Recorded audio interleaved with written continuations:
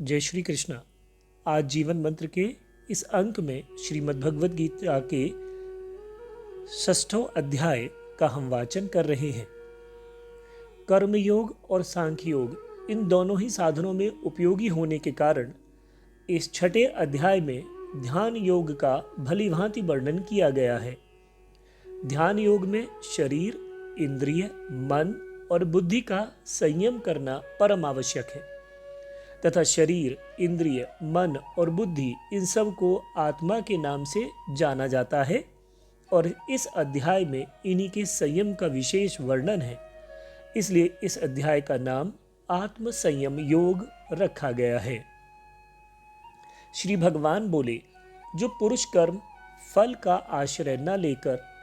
करने योग्य कर्म करता है वह सन्यासी तथा योगी है और केवल अग्नि का त्याग करने वाला सन्यासी नहीं है तथा केवल क्रियाओं का त्याग करने वाला योगी नहीं है। हे अर्जुन, जिसको सन्यास ऐसा कहते हैं उसी को तू योग जान, क्योंकि संकल्पों का त्याग न करने वाला कोई भी पुरुष योगी नहीं होता। योग में आरूढ़ होने की इच्छा वाले मननशील पुरुष के लिए योग की प्राप्ति में निष्काम भाव से कर्म करना ही हेतु कहा जाता है और योगारूढ़ हो जाने पर उस योगारूढ़ पुरुष का जो सर्व संकल्पों का अभाव है वही कल्याण में हेतु कहा जाता है। जिस काल में न तो इंद्रियों के भोगों में और न कर्मों में ही आसक्त होता है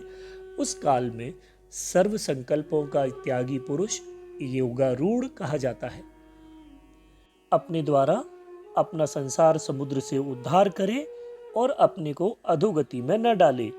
क्योंकि यह मनुष्य आप ही तो अपना मित्र है और आप ही अपना शत्रु है। जिस जीवात्मा द्वारा मन और इंद्रियों सहित शरीर जीता हुआ है उस जीवात्मा का तो आप ही मित्र है और जिसके द्वारा मन तथा इंद्रियों सहित शरीर नहीं जीता गया है उसके लिए वह आप ही शत्रु के सदृश शत्रुता में रहता है। सर्दी, गर्मी और दुख सुख में तथा मान और अपमान में जिसके अंतःकरण की वृत्तियां भली भांति शांत हैं, ऐसे स्वाधीन आत्मा वाले पुरुष के ज्ञान में सच्चिदानंद घन परमात्मा सम्यक प्रकार से स्थित हैं, अर्थात उसके ज्ञान में परमात्मा के सिवा अन्य कुछ भी नहीं है। जिसका अंतःकरण ज्ञान विज्ञान से तृप्त है, जिसकी स्थिति विकार रहित है, जिसकी इंद्रियां भली भांति जीती हुई हैं और जिसके लिए मिट्टी, पत्थर और स्वर्ण समान है, वह योगी युक्त अर्थात भगवान प्राप्त है, ऐसा कहा जाता है। सुहृदय, मित्र, बैरी, उदासीन, मध्यस्थ, द्वेष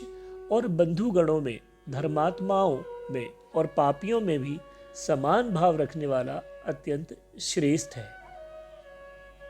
मन और इंद्रियों सहित शरीर को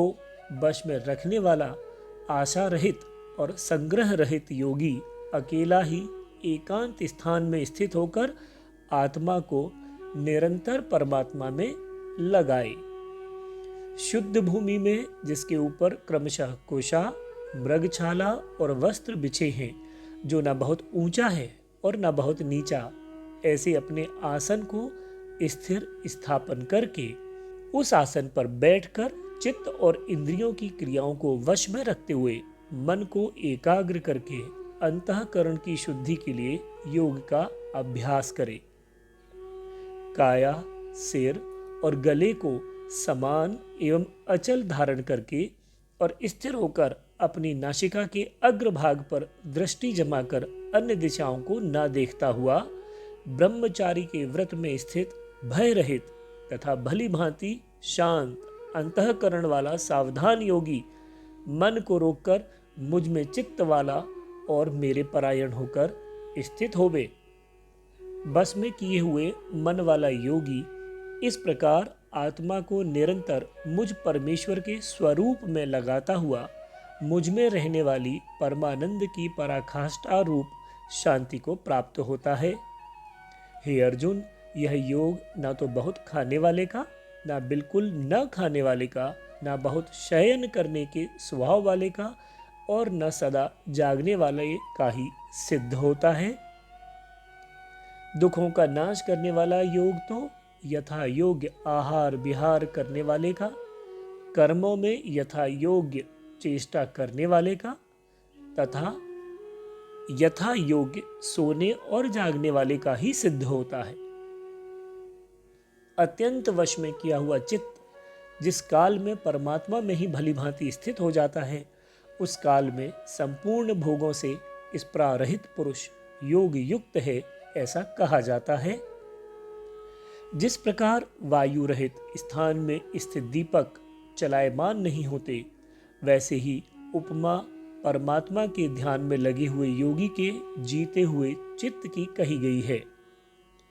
योग के अभ्यास से निरुद्ध चित्त जिस अवस्था में उपराम हो जाता है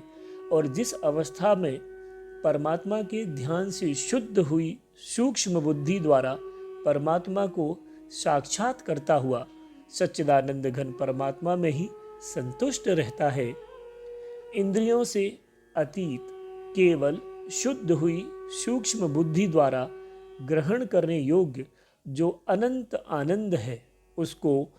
जिस अवस्था में अनुभव करता है और जिस अवस्था में स्थित यह योगी परमात्मा के स्वरूप से विचलित होता ही नहीं है, परमात्मा की प्राप्ति रूप जिस लाभ को प्राप्त होकर उससे अधिक दूसरा कुछ भी लाभ नहीं मानता और परमात्मा प्राप्ति रूप जिस अवस्था में स्थित योगी बड़े भारी दुख से भी चलायमान नहीं होता, जो दुख रूप संसार के संयोग से रहित है तथा जिसका नाम योग है, उसको जानना चाहिए। वह योग न उकताए हुए अर्थात धैर्य और उत्साह युक्त चित्त से निश्चय पूर्वक करना कर्तव्य है। संकल्प से उत्पन्न होने वाली संपूर्ण कामनाओं को निशेष रूप से त्याग कर और मन के द्वारा इंद्रियों के समुदाय को सभी ओर से भली भांति रोक कर क्रम क्रम से अभ्यास करता हुआ उपरति को प्राप्त हो तथा धैर्य युक्त बुद्धि के द्वारा मन को परमात्मा में स्थित करके परमात्मा के सिवा और कुछ भी चिंतन न करे। यह स्थिर न रहने वाला और चंचल मन जिस जिस शब्दादि विषय के निमित्त से संसार में विचरता है, उस विषय से रोक कर यानी हटाकर इसे बार बार परमात्मा में निरुद्ध करे, क्योंकि जिनका मन भली प्रकार शांत है, जो पाप से रहित है और जिनका रजोगुण शांत हो गया है, ऐसे इस सच्चिदानंद घन ब्रह्म के साथ एक ही भाव हुए योगी को उत्तम आनंद प्राप्त होता है। वह पाप रहित योगी इस प्रकार निरंतर आत्मा को परमात्मा में लगाता हुआ सुख पूर्वक पर ब्रह्म परमात्मा की प्राप्ति रूप अनंत आनंद का अनुभव करता है। सर्वव्यापी अनंत चेतन में एक ही भाव से स्थित रूप योग से युक्त आत्मा वाला तथा सब में समभाव से देखने वाला योगी आत्मा को संपूर्ण भूतों में स्थित और संपूर्ण भूतों को आत्मा में कल्पित देखता है। जो पुरुष संपूर्ण भूतों में सबके आत्म रूप मुझ वासुदेव को ही व्यापक देखता है और संपूर्ण भूतों को मुझ वासुदेव के अंतर्गत देखता है, उसके लिए मैं अदृश्य नहीं होता और वह मेरे लिए भी अदृश्य नहीं होता। जो पुरुष एक ही भाव से स्थित होकर संपूर्ण भूतों में आत्म रूप से स्थित मुझ सच्चिदानंद घन वासुदेव को भजता है, वह योगी सब प्रकार से बरतता हुआ भी मुझ में ही रहता है। हे अर्जुन, जो योगी अपनी भांति संपूर्ण भूतों में सम देखता है और सुख अथवा दुख को भी सब में समभाव देखता है, वह योगी परम श्रेष्ठ माना गया है। अर्जुन बोले, हे मधुसूदन, जो यह योग आपने संभाव से कहा है, मन के चंचल होने से मैं इसकी नित्य स्थिति को नहीं देखता हूं, क्योंकि हे कृष्ण, यह मन बड़ा चंचल प्रमथन स्वभाव वाला बड़ा दृढ़ और बलवान है। इसलिए उसको वश में करना मैं वायु को रोकने की भांति अत्यंत दुष्कर मानता हूं। श्री भगवान बोले, हे महाभावो, निसंदेह मन चंचल और कठिनता से वश में होने वाला है, परंतु हे कुंती पुत्र अर्जुन, यह अभ्यास और वैराग्य से वश में होता है। जिसका मन वश में किया हुआ नहीं है, ऐसे पुरुष द्वारा योग दुष्प्राप्य है, और वश में किए हुए मन वाले प्रयत्नशील पुरुष द्वारा साधन से उसका प्राप्त होना सहज है। यह मेरा मत है। अर्जुन बोले, हे कृष्ण, जो योग में श्रद्धा रखने वाला है किंतु संयमी नहीं है, इस कारण जिसका मन अंतःकाल में योग से विचलित हो गया है, ऐसा साधक योग की सिद्धि को अर्थात भगवत साक्षात्कार को न प्राप्त होकर किस गति को प्राप्त होगा। हे महाबाहु, क्या वह भगवत प्राप्ति के मार्ग में मोहित और आश्रय रहित पुरुष छिन्न भिन्न बादल की भांति दोनों ओर से भ्रष्ट होकर नष्ट तो नहीं हो जाता? हे कृष्ण, मेरे इस संशय को संपूर्ण रूप से छेदन करने के लिए आप ही योग्य हैं, क्योंकि आपके सिवा दूसरा इस संशय को छेदन करने वाला मिलना संभव नहीं है। श्री भगवान बोले, हे पार्थ, उस पुरुष का ना तो इस लोक में नाश होता है और ना परलोक में ही, क्योंकि हे प्यारे, आत्मोद्धार के लिए अर्थात भगवत प्राप्ति के लिए कर्म करने वाला कोई भी मनुष्य दुर्गति को प्राप्त नहीं होता। योग भ्रष्ट पुरुष पुण्यवानों के लोकों को अर्थात स्वर्गादि उत्तम लोगों को प्राप्त होकर उनमें बहुत वर्षों तक निवास करके फिर शुद्ध आचरण वाले श्रीमान पुरुषों के घर में जन्म लेता है। अथवा वैराग्यवान पुरुष उन लोकों में न जाकर ज्ञानवान योगियों के ही कुल में जन्म लेता है। परंतु इस प्रकार का जो यह जन्म है, सो संसार में निसंदेह अत्यंत दुर्लभ है।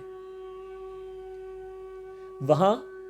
उस पहले शरीर में संग्रह किए हुए बुद्धि संयोग को अर्थात समबुद्धि रूप योग के संस्कारों को अनायास ही प्राप्त हो जाता है, और हे कुरुनंदन, उसके प्रभाव से वह फिर परमात्मा की प्राप्ति रूप सिद्धि के लिए पहले से भी बढ़कर प्रयत्न करता है। वह श्रीमानों के घर में जन्म लेने वाला योग भ्रष्ट पराधीन हुआ उस पहले के अभ्यास से ही निसंदेह भगवान की ओर आकर्षित किया जाता है, तथा समबुद्धि रूप योग का जिज्ञासु भी वेद में कहे हुए सकाम कर्मों के फल को उल्लंघन कर जाता है। परंतु प्रयत्न पूर्वक अभ्यास करने वाला योगी तो पिछले अनेक जन्मों के संस्कार बल से इसी जन्म में संसिद्धि होकर संपूर्ण पापों से रहित हो फिर तत्काल ही परम गति को प्राप्त हो जाता है। योगी तपस्वियों से श्रेष्ठ है, शास्त्र ज्ञानियों से भी श्रेष्ठ माना गया है, और सकाम कर्म करने वाले से भी योगी श्रेष्ठ है। इसलिए हे अर्जुन, तू योगी बन। संपूर्ण योगियों में भी जो श्रद्धावान योगी